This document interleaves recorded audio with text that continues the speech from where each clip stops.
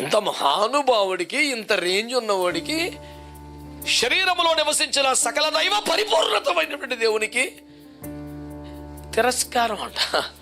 అసలు ఊహించడానికే కష్టంగా ఉంది. ఒక ఎమ్మెల్యే గారు వస్తే ఎవడైనా విమర్శించగలడేమో కానీ అంత ఈజీగా తిరస్కరించేయగలడా? ఒక ముఖ్యమంత్రిని తిరస్కరించేయగలడు, ఒక ప్రధానమంత్రిని తిరస్కరించేయగల దేవదేవుణ్ణి, తన మహత్తు గల మాట చేత ప్రపంచంలో నిర్మించిన వాళ్ళని ఆ వాగ్దేవుడు శరీరధారిగా భూమి మీదకి వస్తే ఎలా చెప్పా కానీ మాకు అంత అన్నారు ఈజీగా. కొంచెం ఓపిక పడితే అన్ని నాముల కన్నా పైన ముందరుకుద్ది. తండ్రి కుడి పార్శ్వన ఆశీర్వాదాలు అవుతాం. తన ఎదుట ఉంచబడిన ఆనందం కోసం ఓపిక పట్టాడంట. దేవునికి స్తోత్రం చెప్పొచ్చుగా. మనం ఎన్ని బాధలు పడతాను కానీ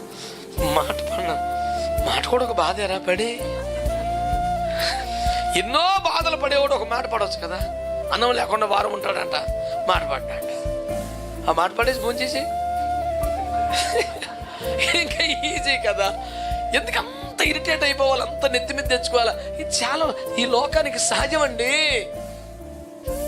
నీ గమ్యం మనకి నచ్చలేదు, నీ తీర్మానం మనకి నచ్చలేదు, నీ విధానం మనకు నచ్చలేదు. సింపుల్గా చెప్పాలంటే వాడితో కలవట్లేదని నువ్వు నచ్చలేదు. సింపుల్ వేసినాం, ₹1,00,000 పాలసీ చెప్పాడు. నేను పాపమును ద్వేషించుచున్నాను కనుక వారు నన్ను ద్వేషించున్నాను అన్నాడు. గొడవ లేని తర్కం అని సింపుల్ లాజిక్.